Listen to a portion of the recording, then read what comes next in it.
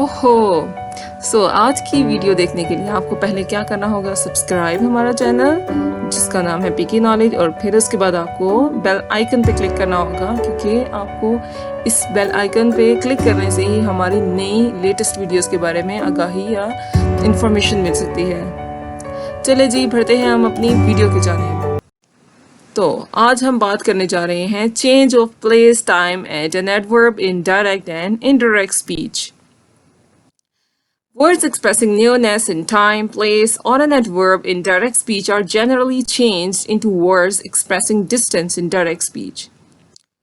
ऐसे words जो कि direct speech में time, place या adverb की नज़दीकी को शो कर रहे होते हैं, जब वो indirect में change होते हैं तो वो फासले को express कर रहे थे, फासले के बारे में बता रहे होते हैं.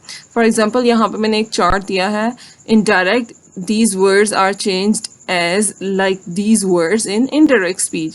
For example, these will change in that, these in those, now will be changed into then, here in there, ago, before, today, that day, tomorrow, the next day or the following day, yesterday, the previous day, last night, the previous night.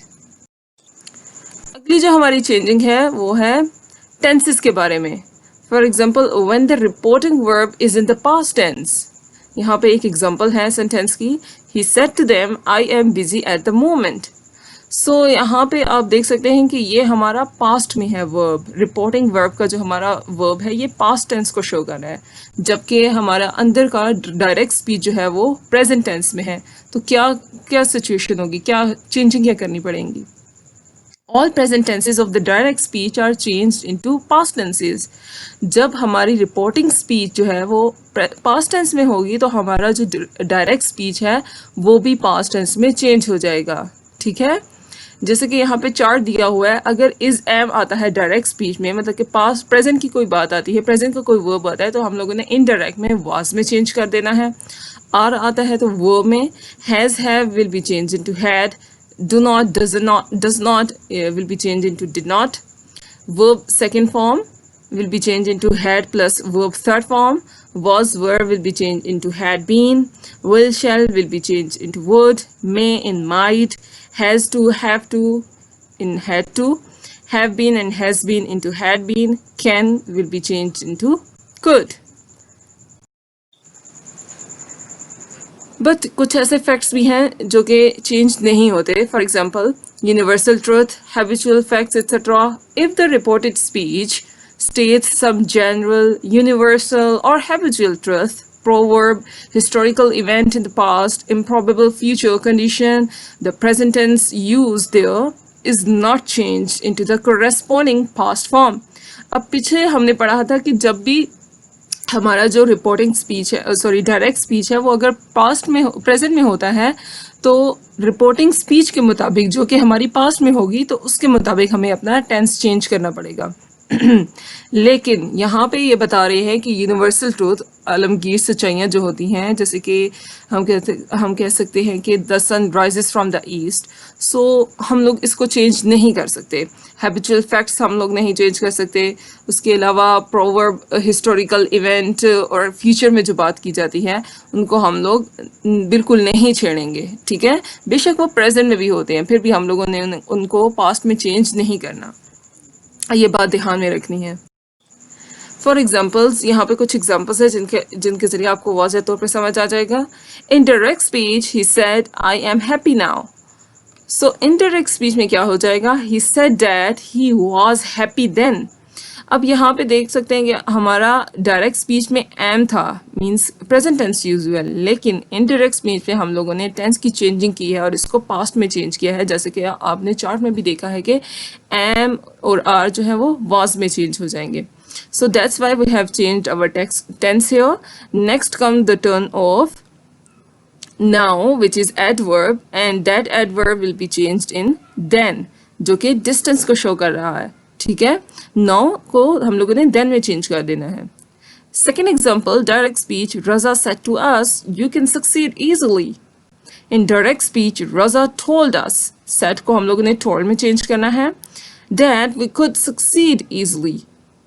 सो यहाँ पे हमारा जो modal verb can है वो हमारा could में change हो जाएगा. Example number 3. In direct speech, he said to me, "Are you doing your homework?"